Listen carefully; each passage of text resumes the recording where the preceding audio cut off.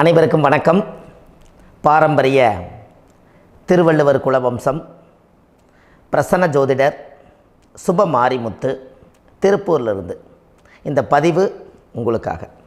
ஐயா வணக்கங்க ஐயா. வணக்கம் ஐயா. ஐயா இப்போது மக்கள் சார்பாக ஒரு கேள்வி இன்றைக்கி நான் கேட்கலான் இருக்கேன். கேளுங்க ஐயா.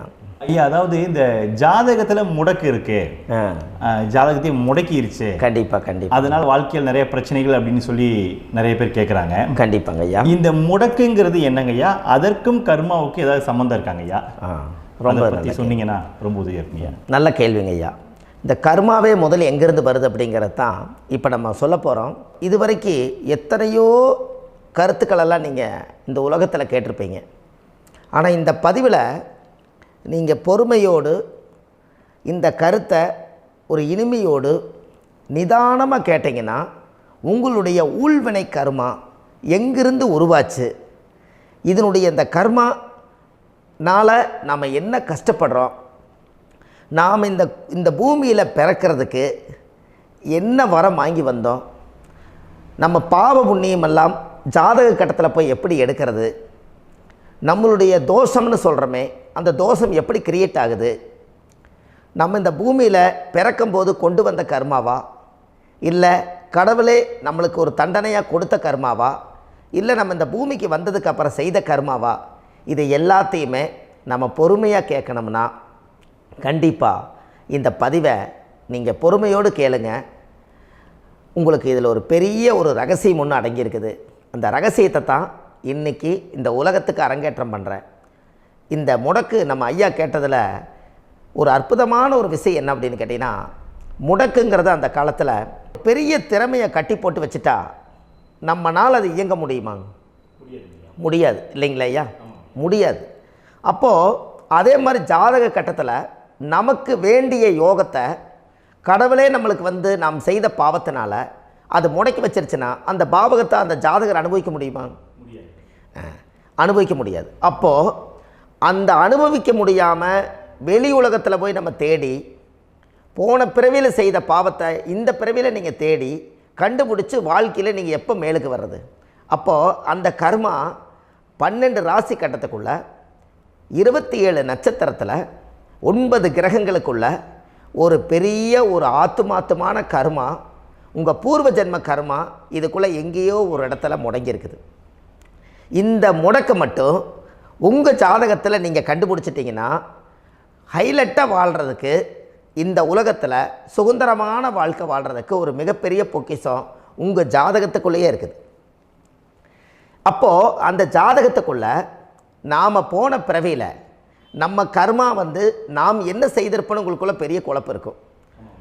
என்னங்க ஐயா, நீங்கள் என்ன கர்மா பண்ணிட்டு வந்தீங்க, நாம் போன பிறவியில் நம்ம யாரை ஒரு வதச்சோம், யாரை நம்ம மனசை புண்படுத்தினோம், நம்ம தாத்தாவுக்கு சோறு போட்டோமா, நம்ம பாட்டனுக்கு சோறு போட்டோமா, நம்ம முப்பாட்டனுக்கு சோறு போட்டோமா, நம்ம கொள்ளுப்பாட்டனுக்கு சோறு போட்டோமா, அப்போ நம்ம அப்பாவுக்கு நம்மளை பெற்றவருக்கு நம்ம சாப்பாடு கொடுத்தோமா, இவங்களுக்கெல்லாம் நம்ம சேவை பணிமடைகள் செஞ்சோமா, நம்மளுடைய உறவுகளுக்கெல்லாம் அரவணைச்சு போனோமா, நம்மளுடைய இந்த மாதிரி நாம் இரத்த சம்பந்த உறவுகளை இருந்து தான் இந்த உலகத்துக்கு நம்ம வெளியில் வந்திருப்போம். அப்போது வெளியில் நீங்கள் நிற்கிறீங்க, அப்படியே மேலே போய் பார்த்தீங்கன்னா ஒரு 7 தலைமுறையில் ஒவ்வொருத்தரும் செய்த கர்மாவெல்லாம் நம்ம பிளட்டு ரிலேட்டிவாக இப்போ நீங்கள் கரண்ட்டில் இருக்கிறவங்க கிட்ட தான் டெபாசிட் பண்ணியிருக்கோம். அப்போ இது தெரியாமல் நாம் ஜாதகத்துக்குள்ளே போய் தசாபுத்தி நல்லா தனுங்க இருக்குது, நான் ரொம்ப கஷ்டப்படுறேன், என் ஜாதகத்தில் போய் பார்த்தேன் எல்லா கிரகங்களும் நல்ல வலிமையாக இருக்குன்னு தான் சொன்னாங்க, ஆனால் இன்னும் என்னுடைய கடன் அடையலை, இன்னும் என்னோடய கர்ம தீர்ந்த மாதிரியே தெரியல, எனக்குள்ளே ஒரு தாட்டு என்னமோ நான் ஒரு பின்தங்கின வாழ்க்கையிலே வாழ்ந்துட்டுருக்கேன் அப்படின்னு நீங்கள் சொல்லும்போது, அப்போ இதையெல்லாம் தாண்டி ஒரு கர்மா உங்களுடைய ராசி கட்டத்துக்குள்ளே எங்கேயோ ஒரு பக்கத்தில் ரகசியமாக புதைஞ்சிருக்கு. அப்போது அந்த ரகசியமாக புதைஞ்சிக்கக்கூடிய அந்த முடக்கு தான் இன்றைக்கி இந்த உலகத்துக்குள்ளே நீங்கள் தெரிஞ்சுக்கக்கூடிய விஷயம். அப்போ அந்த முடக்குங்கிறது ஒன்று உண்மை. இந்த உலகத்துக்கு நம்மளை எல்லாத்துலேயும் நல்லா யோசிச்சு பாருங்கள். 12 ராசி கட்டம் இருக்குதுங்களா ஐயா? ஆமாங்க ஐயா. ஆனால் கிரகம் எத்தனை இருக்குதுங்க?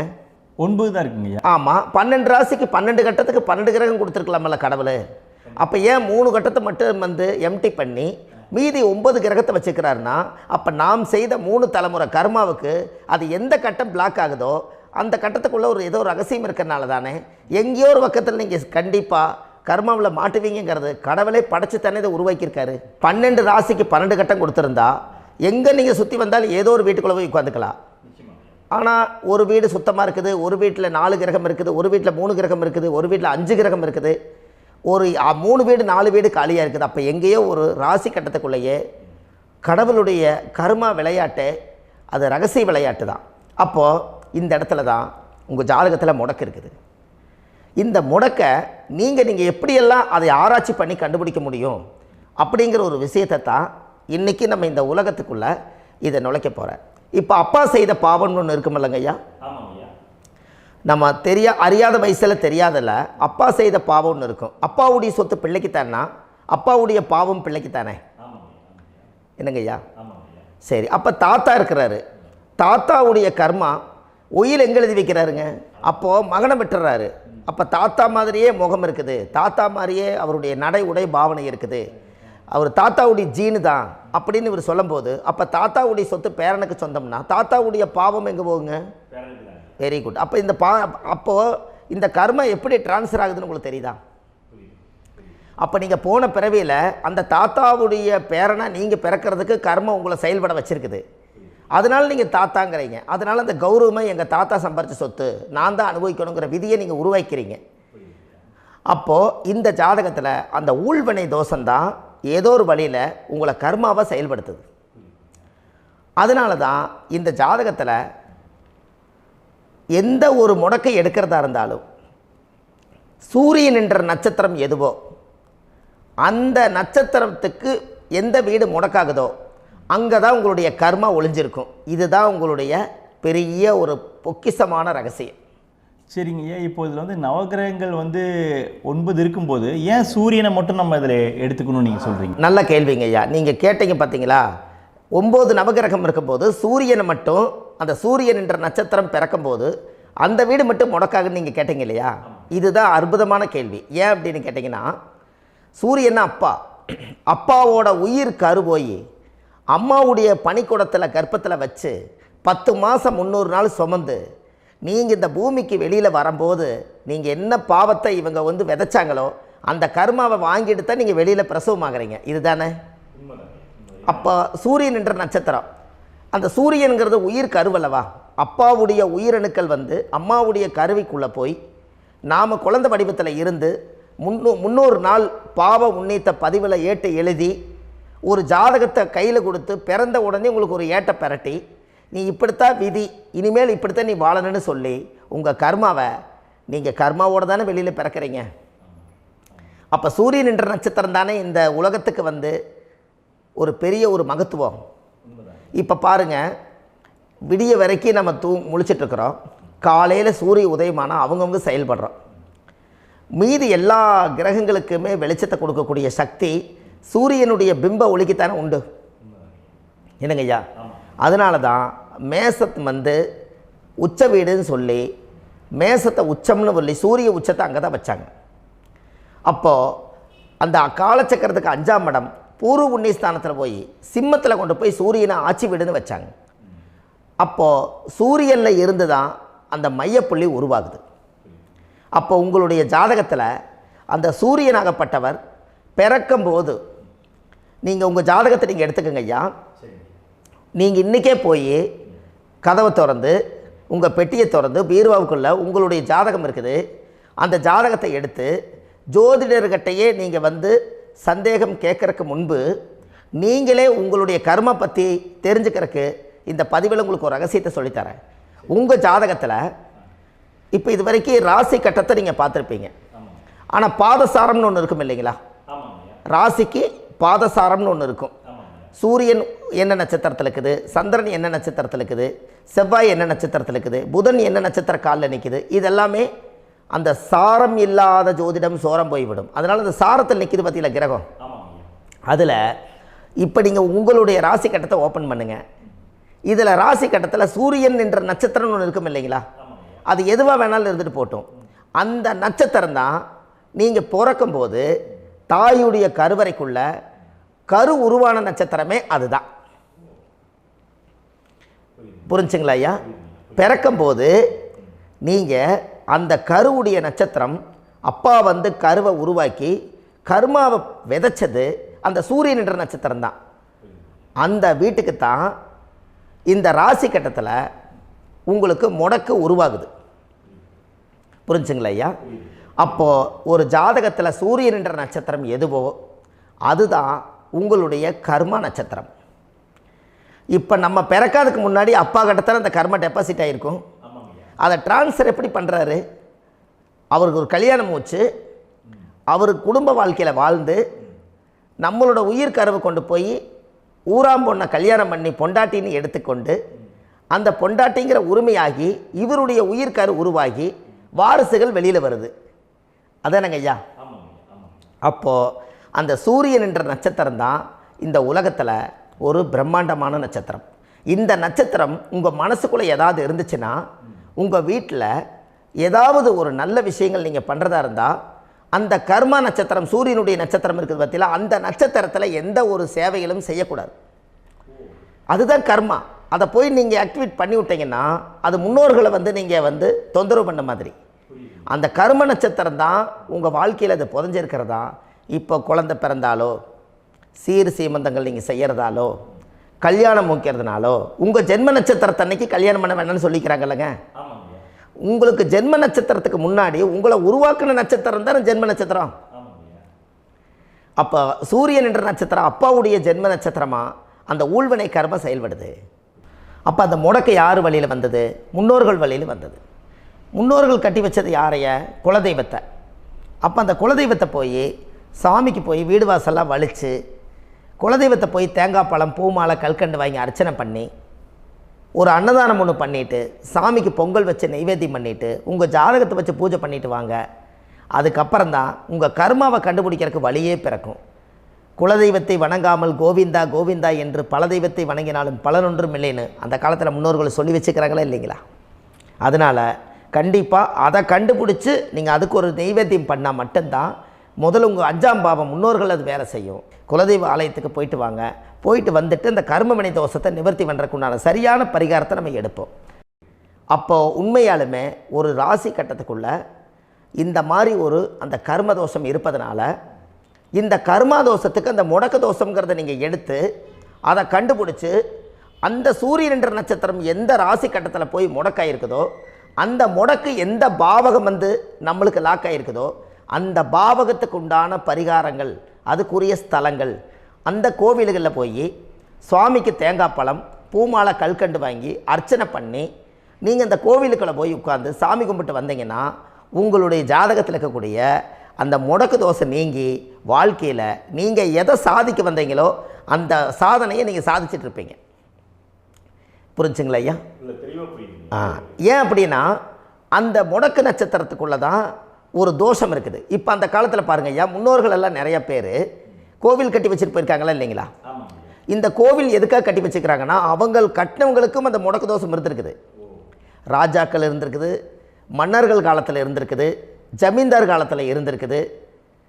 இப்போ அவங்களுடைய அமைப்புகள் எல்லாமே முன்னோர்கள் என்னமோ அறியாமல் தெரியாத தன்னடக்கம் இல்லாத ஒரு கர்மாவை இவங்க செஞ்சிட்டாலும் அதுக்குரிய பரிகார ஸ்தலங்களை கொண்டு போய் அந்த காலத்திலே ஜாதகம் பார்த்து நம்ம வந்து முன்னோர்களுடைய பாவத்தை நாம் செய்த பாவத்தையும் தீர்த்துட்டு நமக்கு கீழே அடுத்த சந்ததிகள் அடுத்த தலைமுறைகள் வந்தாலும் இந்த கோவில்களுக்கு வந்து விளக்கு போட்டு சாமி கும்பிட்டு இந்த மண்ணை மிதிச்சிட்டு போனால் அன்னையோடு அந்த கர்மா தீருங்கிறது அந்த காலத்திலேயே முடக்க தோஷ பரிகாரத்தை கோவில் வழியில் அந்த காலத்தை திசை திருப்பி வச்சுருக்காங்க.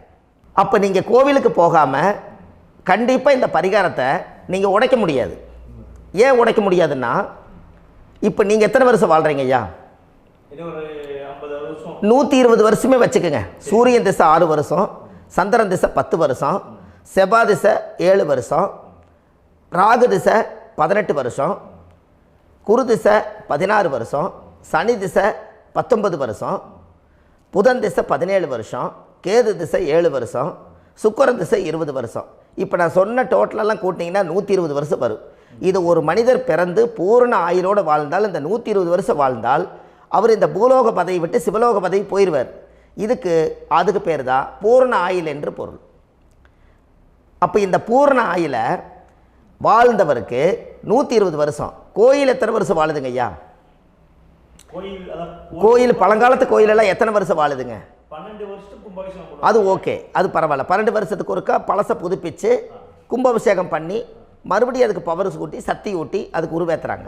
நான் சொல்கிறது கோயில் 5000 வருஷம் 4000 வருஷம் பெரிய பெரிய சித்தர்கள், மகான்கள், ரிஷிமார்கள், யோகிகள், சித்தர்கள் இவங்களெல்லாம் போய் கோவில்லையே சிவனையும் பெருமாளையும் வழிபாடு பட்டுட்டு கோவில்லையே ஒரு ஓரத்தில் ஜீவசமாதி ஆயிட்டாங்கன்னு பழைய கால கோயிலில் சித்தர்கள் குடியிருக்காங்களா இல்லைங்களா? இருக்காங்கல்லங்க ஐயா. அப்போது நாம் 120 வருஷம் வாழ்கிறோம், கோவில் 5000 வருஷம் வாழுது. எங்கே சக்தி அதிகமாக இருக்குன்னு சொல்லுங்க? கோவிலில் தாங்க ஐயா. கோயில் தான், அதில் ஒன்றும் மாற்றம் இல்லைங்களே. கோயில் தாங்க. அப்போ கோவிலில் தான் அந்த சக்தி இருக்குதுன்னு நீங்கள் சொல்கிறீங்க. அப்போ உங்களுடைய கர்மாவை உடைக்கிறதுக்கு 120 வருஷம் பெருசா 5000 வருஷம் பெருசான்னு சொல்லுங்கள்? 5000 தாங்க. அப்போ 5000 வருஷம் உள்ள அலைகள் எத்தனை அந்த சிவனுக்கு இப்போ ஒரு சிவன் கோயிலே உங்களுக்கு முடக்கு தோஷத்துக்கு ஒரு கோயில் வருதுன்னு வச்சுக்கோங்க. அந்த கோவிலில் எத்தனை முடக்குகளுக்கு உண்டான கோவில்கள், எத்தனை பழங்களை ஊற்றி சாமிக்கு அபிஷேகம் பண்ணியிருப்பாங்க, எத்தனை பால் கூட ஊற்றிருப்பாங்க, பன்னீர், தேன், இளநீ, மஞ்சள் நீர், திருமஞ்சனம், அபிஷேகம், பொங்கல், நைவேத்தியம் இத்தனையும் செஞ்சு அந்த சிவனை சிவனாக பார்த்து அந்த கருவறைக்குள்ள ஒரு கிராணங்கள் வரும்போதும் கூட பாதுகாப்பு பண்ணி வச்சு நல்ல சக்தியோடு அந்த கருவறையை புத்தியோடு அவங்க வேலை செஞ்சு அந்த காலத்தில் வச்சுருக்காங்களா இல்லைங்களா? அப்போது நம்ம வீட்டை அவ்வளோ சுத்தமாக வச்சுருக்க முடியுமா? என்னதான் வாஸ்து இருந்தாலும் முடியாது இல்லைங்களா? அப்போது அவ்வளவு ஒரு பவர்ஃபுல்லான கோவில் அந்த முடக்கு தோஷத்துக்குள்ளே ரகசியமாக அந்த கோயில் அடங்கியிருக்குது.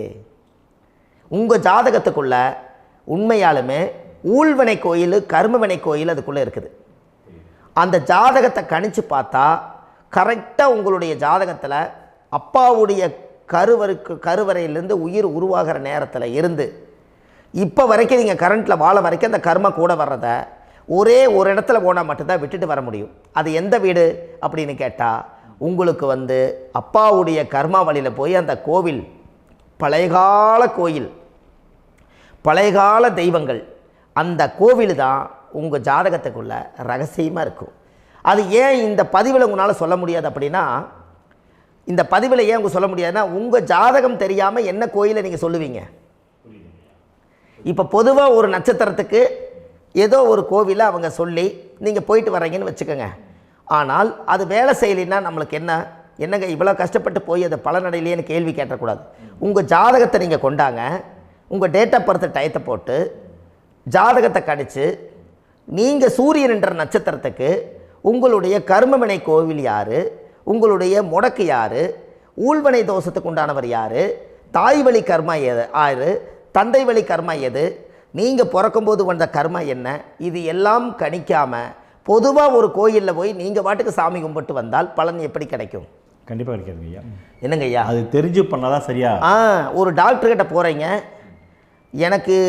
என்னை அப்படியே ஸ்கேன் பண்ணி ஒரே ஒரு மாத்திரை கொடுங்கன்னு கேட்டால் டாக்டர் கொடுப்பாருங்களா? அவர் என்ன பிரச்சனை இருக்குதோ அதை முதல்ல கண்டுபிடிச்சி ஸ்கேன் பண்ணி பார்த்து ரிப்போர்ட் எடுத்து அது மூலியமாக தான் கொஞ்சம் எடுத்து ஐயா உங்களுக்கு இந்த பிரச்சனை, இதுக்கு தீர்வுக்கு இதுக்குண்டான மெடிசன், இது இப்படித்தான் சாப்பிடணும்னு அது முறையாக சொல்லி அந்த உயிர் வாழ வைக்கிறாரு டாக்டர். அவர் ஒரு தெய்வ வடிவத்தில். கரெக்டுங்களா ஐயா? அப்போ உங்களோட கர்மா எங்கே செயல்படுது அப்படின்னா, இந்த முடக்க நீங்கள் இந்த பதிவில் தெரிஞ்சுக்கங்க. அதுக்குரிய நட்சத்திரம் என்னன்னு தெரிஞ்சு வச்சுங்க. உங்கள் ஜாதகத்தில் சூரியன் என்ற நட்சத்திரத்தை எடுத்துக்கங்க. அந்த வீட்டுக்கு முடக்க இந்த பதிவில் எந்த வீடு லாக் ஆகிருக்குதுங்கிறத நான் உங்களுக்கு இந்த வீட்டில் சொல்கிறேன். அந்த வீட்டு நீங்கள் பாருங்கள், உங்களுடைய லக்கணத்துக்கு அது எந்த வீடு. இப்போ லக்கணத்துக்கு ஒரு 7வது வீடுன்னே வச்சுக்கோங்க. அப்போ லக்கணத்துக்கு 7வது வீடே முடக்கு. அப்படி ஒரு முடக்கு ஆகிப்போச்சுன்னா ஒரு ஜாதகத்தில் லக்கணம் தான் 1, 7ஆம் இடம்ங்கிறது மனைவி ஸ்தானம். ஒரு ஆணுடைய ஜாதகத்துக்கு 7ஆம் இடம் தான் மனைவி. அவருக்கு நல்ல மனைவி அமையாமல் ஆடம்பரம் இருந்தும் வீடு அரண்மனை மாதிரி இருந்தும் அந்த மனைவியை ஒரு சந்தோஷமாக அவர் அனுபவிக்க முடியாது. புரிஞ்சுங்களா ஐயா? சந்தோஷமாக அனுபவிக்க முடியாது. ஏன் அப்படி? 7ஆம் இடத்துல தான் அவரோட கர்மா உட்கார்ந்துருக்குது. கரெக்டாக சொன்னீங்க. 7ஆம் இடத்துல தான் அந்த கர்மா உட்கார்ந்துருக்குது. அப்போ அந்த 7ஆம் இடத்துல இருக்கக்கூடிய அந்த கர்மா போன பிறவியில் நீ மனைவிக்கு சோறு போடாமல் மனைவியை கட்டி வச்சு அடிக்கிறதும், மனைவியை துன்புறுத்துறதும், அந்த மனைவி இருக்கவே இன்னொரு வாழ்க்கைக்குள்ளே போகிறதும், இங்கே வாழ வேண்டிய தாம்பத்திய சந்தோஷத்தை கொண்டு போய் இன்னொரு இடத்துல கொடுக்கறதும், தெரிஞ்சிருந்தே நம்மளுடைய மனசுக்குள்ளே திருடுத்தனமாக வாழ்கிறதும், இது எல்லா கர்மாவும் போன பிறவியில் நாம் செய்த ஊழ்வினை கர்மா தான் உங்கள் ஜாதகத்தில் 7ஆம் இடம் முடக்கு. அப்போ அந்த 7ஆம் இடம் முடக்கா இருந்துச்சுன்னா கண்டிப்பாக உங்கள் ஜாதகத்தில் நீங்கள் என்ன அனுபவிச்சிட முடியும்? நல்ல நண்பர்கள் கிடைக்க மாட்டாங்க, நல்ல ஒரு பார்ட்னர்ஷிப் அமையாது, நல்ல ஒரு நட்பு வட்டங்களில் எதையும் அனுபவிக்க விடாது, ஒரு அங்கீகாரமான உறவுகளில் போய் நம்ம ஸ்ட்ராங்காக நிற்க முடியாது. 7ஆம் இடம் என்பது தாம்பத்திய வாழ்க்கை, பூர்த்தி இல்லாத வாழ்க்கையாக இருக்கும். இப்படியெல்லாம் அந்த ஜாதகத்தில் ஒரு பொதுவாக ஒரு ஜாதகத்தில் 7ஆம் பாவம் முடக்காயிட்டால் இந்த கர்மாவை அவர் அனுபவிச்சுக்கிட்டே இருப்பார்.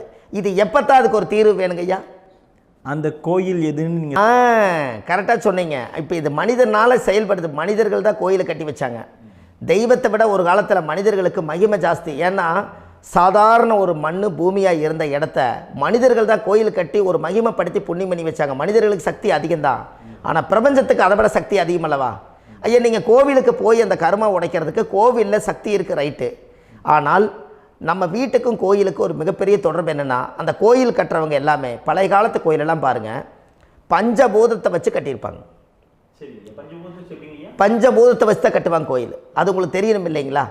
பஞ்சபூதம்னா நீர், நெருப்பு, காற்று, பூமி, ஆகாயம்.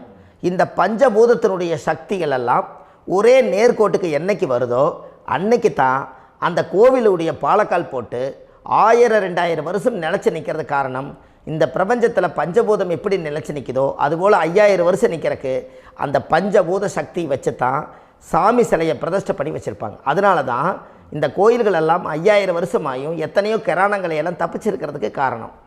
அப்பேற்பட்ட புண்ணிய ஸ்தலம் உங்களுக்கு எதுன்னு தெரியணும் அல்லவா? என்னங்க ஐயா? அப்பேற்பட்ட புண்ணிய ஸ்தலம் உங்களுக்கு எதுன்னு தெரிஞ்சால் தானே நீங்கள் போய் செய்ய முடியும், இல்லாட்டி கண்டிப்பாக தெரியாது. அப்போ இந்த முடக்கு தோஷத்தை கடவுள்கிட்ட கொண்டு போய் ஒப்படைக்கணும். நாம் பிறக்கும் போது கொண்டு வந்த கர்மாவை நாம் இருக்கும் காலத்தில் கொண்டு போய் இந்த கர்மாவை சுத்தப்படுத்தி, நீங்கள் பாவ ஆத்மாவை இந்த பூமியில் பிறந்து பூலோகத்தில் எல்லா புண்ணியத்தையும் செஞ்சுட்டு இந்த பூலோகத்தை விட்டு நீங்கள் போகும்போது புனித ஆத்மாவாக போகணுன்னா உங்கள் கர்மாவை கொண்டுட்டு போகாதீங்க, கர்மாவை நிவர்த்தி செய்யுங்க. என்னங்க ஐயா? அப்போ கர்மாவை சுத்தப்படுத்துங்க. கர்மாவை சுத்தப்படுத்திட்டு உங்களுக்கு பிறக்கிற குழந்தைகளுக்கு அந்த கர்மாவை டிரான்ஸ்ஃபர் பண்ணாமல் உங்களோட நில் பண்ணுங்க. ஒரு உதாரணம் சொல்லட்டுங்களா ஐயா? ஒரு காந்தம் ஒன்று இருக்குது இல்லைங்களா? ஒரு காந்தம்ங்கிறது ஒரு தாத்தாவாக வச்சுக்கோங்க. ஒரு இரும்பை கொண்டு போய் வச்சா ஒட்டு மோட்டாதா? அப்போ ஒட்டுனோடனே காந்தம்ங்கிறது தாத்தா, அவருக்கு பிறந்த வாரிசுக்கு அந்த கர்ம டிரான்ஸ்ஃபர் ஆயிருமா? சரி, இன்னொரு இரும்பை கொண்டு போய் வைங்க, ஒட்டு மோட்டாதா? அப்போ அது பேரனுக்கு வைங்க, பேரனுக்கு வந்துருச்சு அந்த கர்மா. இன்னொரு இரும்பை கொண்டு போய் வைங்க, அந்த காந்தத்துக்கு நேர் இன்னொன்று வைங்க, ஒட்டு மோட்டாதா? அப்போ அதை கொண்டு போய் நம்ம கொள்ளு பேரனுக்கு வைங்க. இப்படியே டிரான்ஸ்ஃபர் ஆகி தலைமுறையாக இந்த கர்மா தொடர்ந்துக்கிட்டே இருக்குது. இந்த இடத்துல கொண்டு போய் காந்தத்துக்கு இரும்பு ஒட்டிகிட்டே இருக்குதுல்ல, இந்த இடத்துல ஒரு மரக்கட்டை செஞ்சு கொண்டு போய் கரெக்டாக வச்சுக்கினே போட்டுமா? அந்த மரக்கட்டையை கொண்டு போய் வைக்கிறவர் யார்? மரக்கட்டை வச்சுட்டு அடுத்த வாரிசு புனிதமாக பிறந்துட்டு அந்த மேலே இருக்கிற கர்மாலாம் இந்த அடுத்த இதுக்கு வராதில்ல. இதுதாங்க ஐயா கர்மா. தொடர்ந்து வரக்கூடிய கர்மாவை அதை நில் பண்ணணுங்கிறதுக்கு பேர் தான் இந்த உதாரணத்தை சொன்னவங்களுக்கு. அப்போ நாம் இந்த பூலோகத்தில் நம்ம ஒரு தாயுடைய கருவறையில் இருந்து தொப்புள் கொடி அறுக்கும் நேரம் நாம் என்ன கர்மாவை வாங்கி வந்திருந்தாலும் அதையெல்லாம் ஆராய்ச்சி செய்து ஜாதகத்தில் முழுமையாக கண்டுபிடிச்சி ஒரு காலம் இல்லைனாலும் ஒரு காலம் நம்ம நல்லா இருக்கிறதுக்காக, நம்ம வாரிசுகள் எல்லாம் நலமடைஞ்சு வளமடைஞ்சு வர்றதுக்காக இந்த கர்மா தோஷத்தை கரெக்டாக கண்டுபிடிச்சி சரியான கோவிலுக்கு போய் நீங்கள் கர்மாவை நிவர்த்தி பண்ணி அங்கே பூஜை புனஸ்தானங்கள், சகசரநாம பூஜைகள், ஓமங்கள், வழிபாடுகள் இதெல்லாம் நீங்கள் செஞ்சு உங்களுடைய பாவத்தை எல்லாம் கழித்து உங்கள் ஜாதகத்தவே யோகமாக மாற்ற முடியும். கண்டிப்பாக மாற்ற முடியும். ஏன்னா நம்ம யாரை நம்பி செய்கிறோம்? சரியான கடவுள்கிட்ட வழிகாமிக்க போகிறோம். அப்போ கடவுள் பொய்யாயிருவாரா? ஐயா நம்ம அதாவது அந்த காலத்தை சொல்லுவாங்க, சத்தியுள்ள சாமி கும்பிட்டு புத்தி உள்ள உள்ளே பெக்கணும்னு சொன்னாங்க.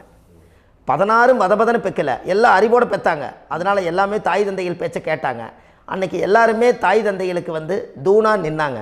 அப்போ அந்த காலத்தில் சத்தியுள்ள சாமி கும்பிட்டு புத்தி உள்ள உள்ளே பெக்கணும்னு சொல்லி அன்றைக்கி அறிவோடு பெற்று இந்த கர்மாவை ஆளுக்கு ஒரு கர்மாவை டிரான்ஸ்ஃபரை பிரித்து எல்லாரும் சுத்தப்படுத்தினாங்க. இன்றைக்கி நம்ம ஒரு குழந்தை 2 குழந்தை பெற்று வச்சுருக்கோம். அவங்களுக்கே இவ்வளவு கர்மா வந்துருச்சுன்னா இந்த குழந்தைகளுக்கு என்னைக்கு இந்த கர்மாவை போய் கண்டுபிடிச்சி நீங்கள் எப்போ சரி பண்ணுவீங்கன்னு. அப்போ இந்த வாழ்க்கையில் ஏதோ ஒரு பிரபஞ்ச சக்தி நம்மளை அறியாமல் என்னமோ ஒரு இயக்கத்தில் கொண்டு போய் விட்டுருச்சுங்களா? அப்போ இனிமேலாவது இந்த கர்மாவில் இருந்து கண்டிப்பாக நம்ம நிவர்த்தி ஆகணும்னு சொன்னால் இந்த முடக்கு தோஷத்தை யாரெல்லாம் கண்டுபிடிச்சி இந்த ஊழ்வினை கர்மாவில் இருந்து நாம் கருவறையில் சுமக்கும் போது 10 மாதம் நீங்களாம் என்னென்ன நினச்சிருப்பீங்க? அதாவது கருவறைக்குள்ள கருப்பாக ஒரு பிண்டம் இடப்பக்கம் கிடக்கையில் இந்த பூமிக்கு வரும்போது நீங்கள் என்னென்ன நினச்சிருப்பீங்க? இந்த பிறந்ததுக்கு அப்புறம் வந்து தான் அம்மா தெரியுது, அப்பா தெரியுது, தாத்தா தெரியுது, பாட்டி தெரியுது, இந்த உலகத்தில் கண்கொள்ளாத காட்சிகள் எல்லாம் தெரியுது, எல்லாம் தெரியுது. ஆனால் 10 மாதம் உங்கள் வாழ்க்கையில் நீங்கள் இருக்கும்போது நீங்கள் என்னென்னலாம் நினச்சி இந்த பதிவில் இறைவன் கொடுத்தாரோ அதையெல்லாம் அனுபவிக்கத்தான் வந்தீங்க. அதுக்கு இடையில இருக்கிறதான கர்மா. இந்த ஒரு விஷயம் உங்களுக்கு கிடச்சிருச்சுன்னா நீங்கள் எல்லாருமே ராஜயோகமாக பிழைப்பீங்கள்ல. இதில் ஏழை பணக்கார யாரையுமே சொல்ல வரல. அவங்க பிறக்கும்போது புண்ணியத்தை பொறுத்து தான் போன ஜென்மத்தில் நம்ம என்ன புண்ணியங்கள் பண்ணி வச்சோமோ அந்த புண்ணியத்தில் இன்றைக்கி நல்லா வாழ்கிறாங்க. ஒருத்தர் கேட்டார், என் ஜாதகத்தில்ங்க எங்கூட படித்தவர் இடம் வாங்கிட்டார், வீடு வாசல் கட்டிட்டார், தொழில் பண்ணிட்டார், நல்லா இருக்கார், ஆனால் நான் இன்னும் அப்படியே தான் இருக்கிறேங்கன்னு ஒருத்தர் கேட்டார். அதுக்கு ஒரு கருத்து என்னென்னா, டேட் ஆஃப் பர்த் ஒன்று தான், டைம் ஒன்று தானே வச்சுக்கோங்க. அவங்க அப்பா செஞ்ச புண்ணியம் வேறு, நீங்கள் செஞ்ச பாவங்கள் வேறு. அவர் செஞ்ச புண்ணியத்தினால அவருக்கு எல்லாமே முன்னாடி கிடைக்கிது. நீ கர்மாவெல்லாம் கழிச்சிட்டினா பின்னாடி கிடைக்க போகுது. இதில் மற்றவங்களை பற்றி வேற்றுமையாக நினைக்கிறதுல எந்த ஒரு இதுவுமே இல்லை. அப்போ ஒருத்தர் பார்த்து ஒருத்தர் வாழ வேண்டாம். உங்களுடைய சுய அறிவை வச்சு இந்த பூலோகத்தில் இந்த பூமியில் நீங்கள் 4 தெரிஞ்சு நல்ல விதமாக கற்றுக்கிட்டு இந்த உலகத்தில் சிறப்பாக வாழ கற்றுக்குங்க. அதுக்கு அந்த ஊழ்வினை தோஷத்தை கண்டுபிடிங்க. உங்களுக்குன்னு ஒரு முடக்கு இருக்குதுங்கிறத இன்றைக்கி நீங்கள் எழுதி வைங்க. அதை எப்படியாவது கண்டுபிடிங்க, அதை தேடுங்க. ஒரு முறை நீங்கள் ஜாதகத்தை கொண்டு வாங்க. அந்த ஜாதகத்தை கொண்டு வந்து உங்கள் பாவகத்தில் எத்தனாம் பாவம் முடக்காயிருக்குதுன்னு பாருங்கள். அந்த பாவகம் முடக்காயிருச்சுன்னா உங்கள் வாழ்க்கையில் அதிலிருந்து உங்களால் வெளியில் வரவே முடியாது, கண்டிப்பாக வர முடியாது. அதை நீங்கள் கண்டுபிடிச்சா மட்டும்தான் நீங்கள் மேலே வர முடியும். ஏன்னா நிறைய பரிகாரங்கள், பூஜைகள், யாகங்கள், ஓமங்கள் எல்லாம் செய்து வச்சும் கூட அந்த கர்மவினைக்கு உண்டான கோவிலுக்கு போய் அந்த 5000 வருஷ பழமை வாய்ந்த தெய்வத்துக்கிட்ட போய் நீங்கள் முறையிட்டு விளக்கு போட்டு உங்கள் கர்மத்தை எல்லாம் நான் நீ தான் தீர்த்து கொடுக்கணும்னு சொல்லி நம்பிக்கையோடு நீங்கள் போய் அந்த சரணாகதி அடையிறீங்க பாருங்கள், அங்கே தான் உங்கள் கர்மாவை எடுத்து விடுறாரு. அப்போ இந்த ரகசியம் உங்களுக்கு வேணுமல்லவா?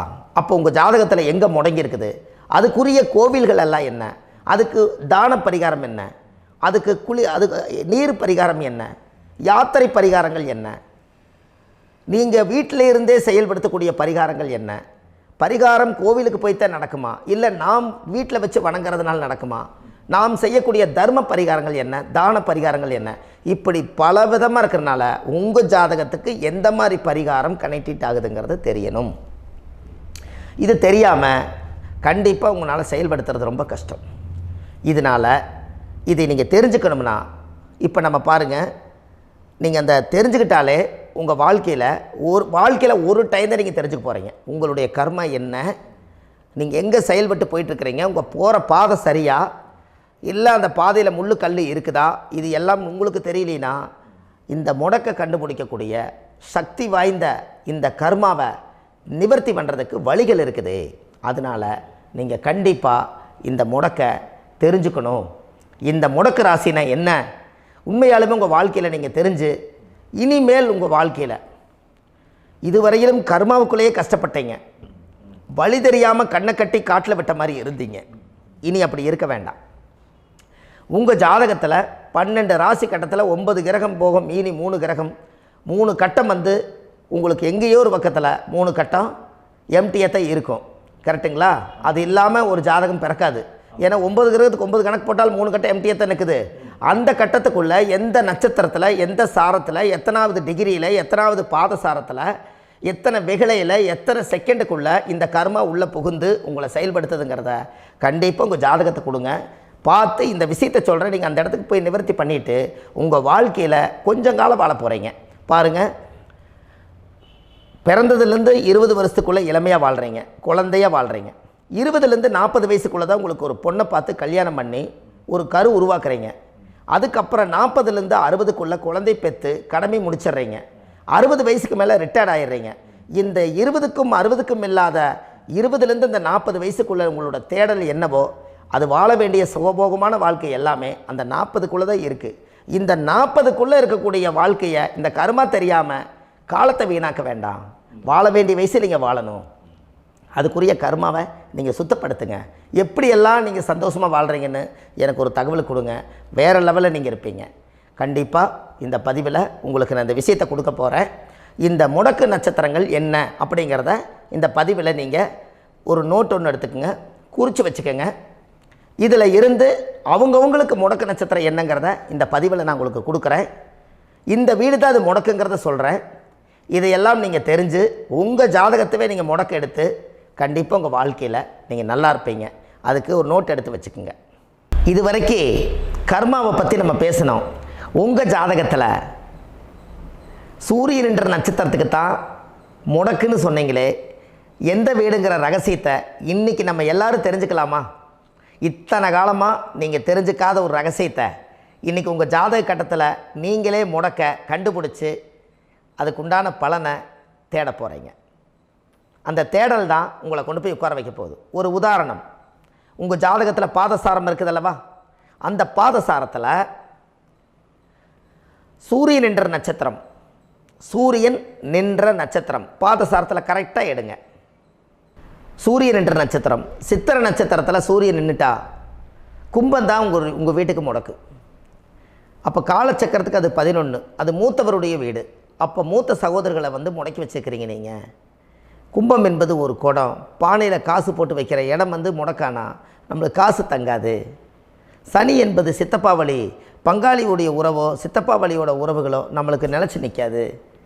இப்படியெல்லாம் அந்த கும்ப வீடு முடக்கா இருந்தால், கும்பம் என்பது லாபஸ்தானம், இந்த லாபத்தை அது முடக்கி வச்சுருக்குது. அப்போ இது எல்லாத்தையும் நீங்கள் ரிலீஸ் பண்ணோன்னா அந்த முடக்குக்கு உண்டான கர்ம பரிகாரத்தை பண்ணி அந்த தோஷத்தை எல்லாம் நீங்கள் கழிச்சாச்சுன்னா அன்னையோடு உங்கள் வாழ்க்கையில் ரொம்ப நல்லா இருப்பீங்க. இந்த கர்மாவிலேருந்து நீங்கள் முதல் வெளியில் வரணும். அதுக்குரிய பரிகாரங்களை இந்த ஜாதகத்தில் எடுப்போம். முதல் இதுக்குண்டான வேலையை நம்ம செய்வோம். சித்திரை நட்சத்திரத்தை இது வரைக்கும் நீங்கள் பார்த்துக்கிட்டு இருந்தீங்க. அடுத்தது சுவாதி நட்சத்திரத்தை பற்றி அடுத்த பதிவில் நம்ம பார்ப்போம். நம்ம ஆன்லைன்லேயே ஜாதகம் பார்க்குறோம். உங்கள் date of birth, time, place கொடுத்தீங்கன்னா போதும். உங்களுக்கு ஜாதகத்தை கணிச்சு ஃபோன்லேயே உங்களுக்கு கர்ம ராசி கண்டுபிடிச்சி உங்களுக்கு உண்டான கர்ம பரிகாரத்தை சொல்லி உங்கள் வாழ்க்கையில் ஒரு வெளிச்சத்தை கொண்டு வர்றதுக்கு என்றைக்கும் உங்களுக்கு உறுதுணையாக இருப்பேன். நீங்கள் கண்டிப்பாக இந்த பதிவுகள் எல்லாம் இது உங்களுக்காகத்தான். இது அதிகாலை நேரத்தில் பிரம்ம முகூர்த்தத்தில் இந்த பதிவை உங்களுக்கு முழுமையாக சமர்ப்பணம் பண்ணுறேன். இதை இதை வழி நடத்தி இதைய எப்படியெல்லாம் இந்த முடக்கை கண்டுபிடிச்சி இப்படியெல்லாம் பேச வச்சு அழகு பார்க்க நம்ம முன்னோர்களுடைய ஆசீர்வாதமும் இந்த முடக்கை கண்டுபிடிச்ச குருமார்களும் அவங்களுடைய குடும்ப பாரம்பரிய வம்சாவளிகளும் எல்லாருமே நல்லா இருக்கணும். அதுக்காக இந்த நேரத்தில் நான் அடியேன் சுப மாரிமுத்தாக இருந்து திருப்பூர்லேருந்து இந்த பதிவை உங்களுக்கு நான் கொடுக்குறேன். கண்டிப்பாக இந்த முடக்கு கோயிலுக்கு, இந்த முடக்கு தோஷத்துக்கு உண்மையான பரிகாரங்கள், எளிமையான பரிகாரங்கள் நீங்களே வாழ்க்கையில் செஞ்சு ஆதிகால பரிகாரங்கள் உங்கள் மனசுக்குள்ளே இருக்குது. அதை செயல்படுத்தினா மட்டும் போதும், வாழ்க்கை எங்கேயோ போயிடும். கண்டிப்பாக ஒரு முறை உங்கள் ஜாதகத்தை அனுப்பி வைங்க, உங்களுக்கு நான் பார்த்து பலன் சொல்கிறேன். இன்றைக்கி நான் கொடுத்த பதிவுகள் எல்லாம் உங்களுக்கு ரொம்ப பயனுள்ளதாக இருந்திருக்கும். உங்களுக்கு இது வரைக்கும் எத்தனையோ கர்ம வினைகளை பற்றி தெரியாமல் இருந்திருப்பீங்க. இந்த பதிவில் நிறைய கேட்டு தெரிஞ்சுக்கிட்டீங்க. இதெல்லாம் வாழ்க்கையில் ரொம்ப முக்கியமான பரிகாரங்கள், எளிமையான பரிகாரங்கள். நேராக நீங்கள் கடவுளைத்தான் கெட்டியாக பிடிக்க போகிறீங்க. அந்த பரிகாரங்கள் எல்லாம் செஞ்சு அதிகாரமாக வாழ்ந்து இந்த பூலோகத்தில் நல்ல சிறப்பாக வாழ்கிறதுக்கு இந்த பரிகாரம் உங்களுக்கு ரொம்ப யூஸ்ஃபுல்லாக இருக்கும். கண்டிப்பாக இந்த பதிவை செய்யுங்க. நம்ம பாரம்பரிய திருவள்ளுவர் குல வம்சம், பிரசன்ன ஜோதிடர் சுப மாரிமுத்து, திருப்பூரில் இருக்கேன். 30 ஆண்டு காலமாக நம்ம ஜோதிடம் பார்த்து கொண்டு இருக்கிறோம். இவ்வளவு காலமாக எத்தனையோ ஆயிரக்கணக்கான மக்களுக்கு நம்ம ஜோதிடம் பார்த்து வழிகாட்டி நிறையா மக்களுக்கு நிறைய சேவைகள் செஞ்சுருக்கேன். நிறைய கோயில் கட்டி வச்சுருக்கேன், கும்பாபிஷேகங்கள் பண்ணி வச்சுருக்கேன், அன்னதானங்கள் நிறையா பண்ணி வச்சுருக்கேன், புண்ணிய யாத்திரைகள் நிறைய போய் வந்திருக்கேன். மக்களுக்காகவே நான் உங்களுக்கு உழைக்க தயாராக இருக்கேன். இந்த ஜோதிடம் என்னுடைய ஒரு பாரம்பரியமாக என்னுடைய அப்பா, தாத்தா, முன்னோர்கள் இதெல்லாம் எங்களுடைய குலத்தொழில் இது. அதனால் நாங்கள் பாரம்பரியமாக திருவள்ளுவர் குல வம்சம். வள்ளுவர் வாக்குன்னு யூடியூப் சேனலில் போனீங்கன்னா 1000 பரிகாரங்கள் கொடுத்துருக்கேன். அதுவும் உங்களுக்கு ரொம்ப யூஸ்ஃபுல்லாக இருக்கும். வள்ளுவர் வாக்கு அப்படின்னு போடுங்க. அப்படி இல்லைன்னா சுப மாரிமுத்துன்னு போடுங்க. இதில் பரிகாரங்கள் நிறையா கொடுத்துருப்பேன். கண்டிப்பாக இதெல்லாம் நீங்கள் சந்தித்து நீங்கள் ஒரு சப்ஸ்கிரைப் பண்ணி வச்சுக்கோங்க. நான் போடக்கூடிய பதிவுகள் எல்லாமே உங்களுக்கு நோட்டிஃபிகேஷனை வந்துடும். அதனால் நீங்கள் ஒரு சப்ஸ்கிரைப் பண்ணி வச்சுக்கோங்க. தினமும் ஒரு தகவல் உங்களுக்கு கொடுத்துக்கிட்டே இருக்கேன். இதெல்லாமே உங்களுக்கு ஒரு பெரிய சந்தோஷமான நிகழ்ச்சிகள். என்றைக்கும் உங்களோட நான் வாழ்கிறேன். உங்களுடைய குடும்பத்தில் நான் ஒருத்தராக இருந்து குடும்ப ஜோதிடராக நான் இருப்பேன். கண்டிப்பாக ஆயுளுள்ள வரைக்கும் உங்களுக்காக இந்த ஜோதிடத்துக்கு உழைச்சி உங்கள் குடும்பத்தில் ஒருத்தராக நான் வந்து ஒரு ரத்த உறவில் நான் வந்து இந்த பூர்வ ஜென்மத்தில் உங்களுக்கு நான் கடமைப்பட்டிருக்கேன். கண்டிப்பாக அடுத்த பதிவில் உங்களை நான் சந்திக்கிறேன். வாழ்வது ஒரு முறை, வாழ்த்தட்டும் தலைமுறை. நன்றி, வணக்கம்.